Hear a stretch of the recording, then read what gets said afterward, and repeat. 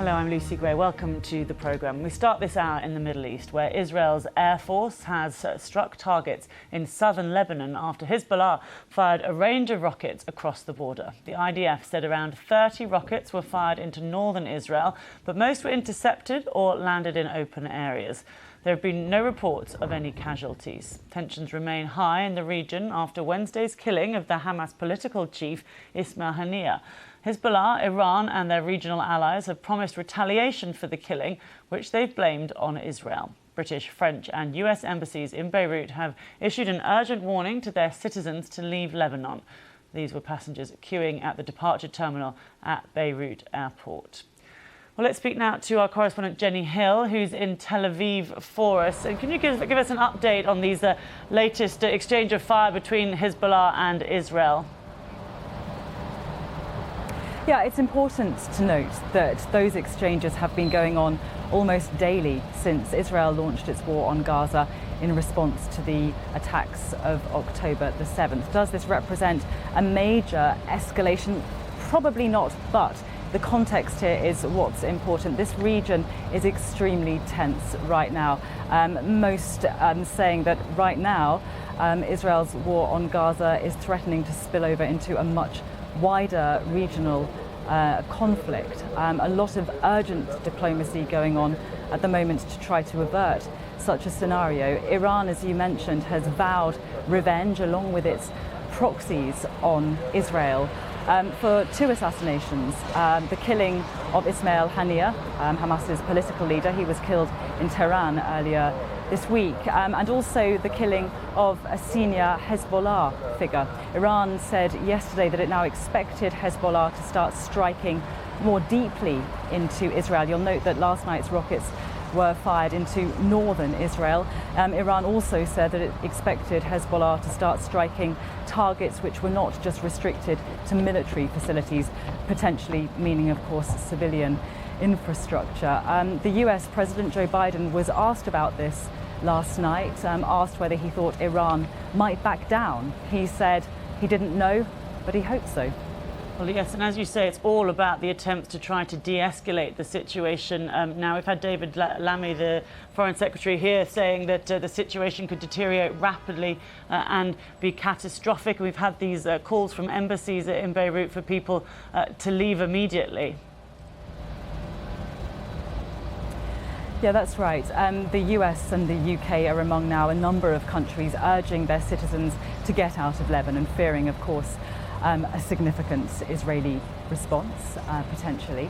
The US telling their citizens to basically get on any plane you can. It doesn't matter if it's going to your destination of choice or not. The UK warning its citizens that security in the region could deteriorate very quickly. The UK is said to be sending in consular staff, border officials and military personnel to aid with a potential evacuation. The US said yesterday it was deploying extra military help to the region, sending in extra warships and fighter jets too, stating that its commitment to the defence of Israel remained ironclad. While all of this goes on, of course, perhaps it's throwing a bit of a shadow over the suffering of two groups. First of all, people in Gaza. Don't forget, of course, that the war continues there.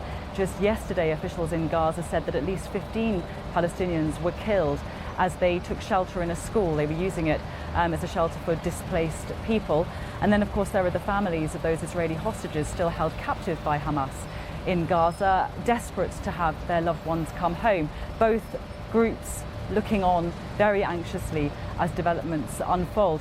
Worth pointing out too that an Israeli delegation was in Cairo yesterday for negotiations aimed at establishing a ceasefire and hostage return deal.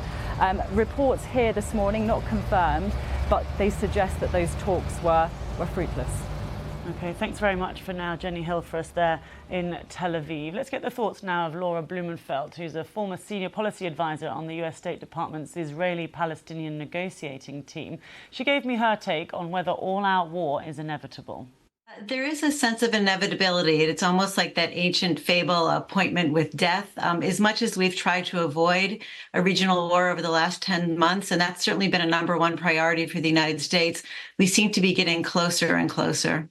What can be done? What can the US say in particular do, and President Biden in the time he has left in office do you think? Well, we would need to do something fast because United States officials are saying that it could come as soon as this Monday, the retaliation, and that it'll be bigger, broader, and less predictable than the last time. But I do see 3 potential routes for de-escalation.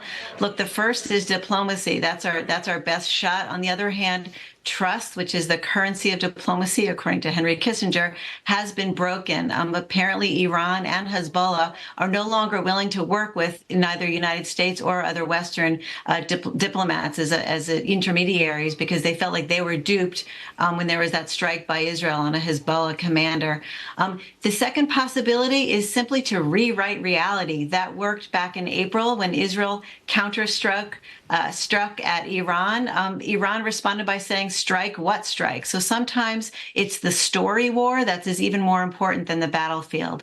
The third thing is, if you look back at sort of June of 1967, it's the idea of escalation to de-escalate, where Israel launched a massive preemptive strike.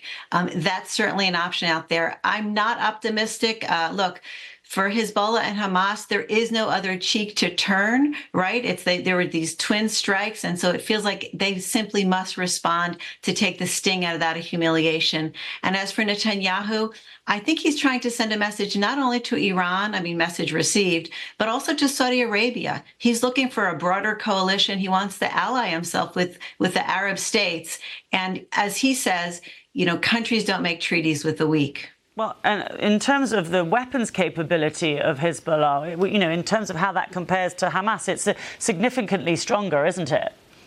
Absolutely. Hezbollah is no Hamas. In fact, the Israeli military planners call a war with Hezbollah 10x because they say it would be 10 times as intense as any war with Hamas. This is the scenario that they've been laying awake at night with night sweats for Israeli military planners. On the other hand, they had no plan on the shelf. They had no battle plan for Gaza. That was part of the problem. They've been running scenarios and drills for years now against Hezbollah. So, who knows what they have up their sleeve. And like I said, they could even be looking at something preemptively. And what about Benjamin Netanyahu? There is this criticism of him that some are saying that he doesn't even want a ceasefire because it doesn't suit him politically in terms of his ability to stay in office. And do you sense any sort of move against him among his allies at all? Look, internally in Israel, absolutely. And even with his key ally, President Biden, it's a fundamental disagreement. It's a philosophical approach about how you approach an enemy. President Biden had a tough phone call with Netanyahu this week. He basically said, the payback buffet is closed. Your plate is full. Make a deal now, sign a ceasefire. And Netanyahu's attitude is, you don't capitulate, you decapitate your enemy. I do believe he is about, preserving power politically, but he also believes his own rhetoric. For him, it's always been about Iran, and this is his final chance, or this is his ultimate chance, I think he sees, to kind of reestablish deterrence and go right, as they call it, to the head of the snake, which would be the Ayatollah and Iran. Laura Blumenfeld talking to me a little earlier.